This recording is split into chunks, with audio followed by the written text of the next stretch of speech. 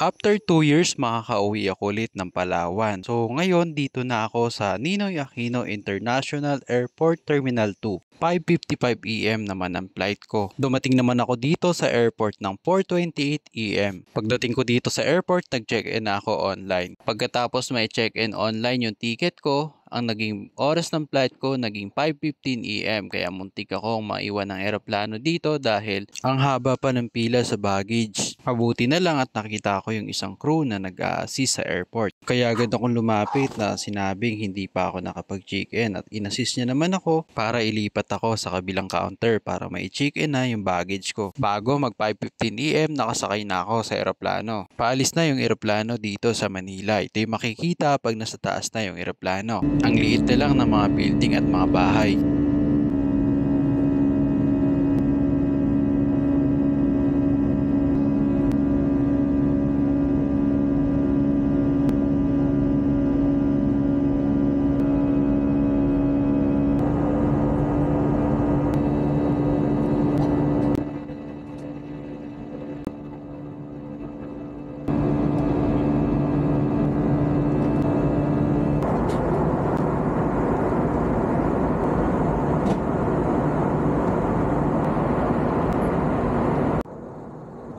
Sa mga mahal naming panauhin, sa loob lamang ng ilang sandali, tayo po ay lalapag na.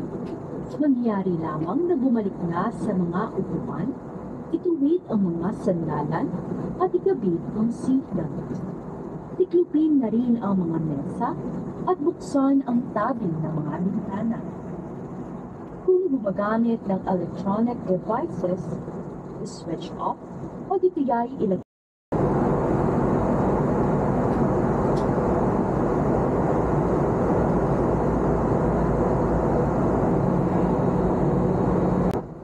Dear guests, the cabin lights will be dimmed for your comfort.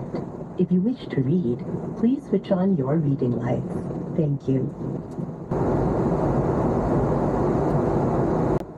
Naming panauhin. Pansamantala po namin didiliman ang ilaw sa loob ng eroplano bilang paghahanda sa ating paglapag. Sa mga panauhing nagbabasa, maaaring buksan ang inyong ring lights. Maraming salamat po.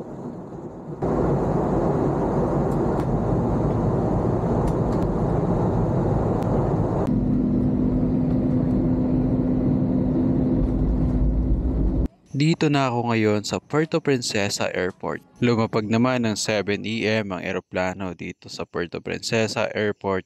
Wala pa nga akong tulog dito dahil nag-ayos ako ng gamit ko bago ang flight ko. Kaya dito pa lang ramdam ko na yung puyat at inaantok na rin ako kanina habang nasa biyahe. Pero pinilit kong hindi muna matulog para makakuha ako ng magandang video habang nasa biyahe. Pababa na ako ng eroplano. Papunta na ako sa arrival para kunin yung naka-check-in na maleta.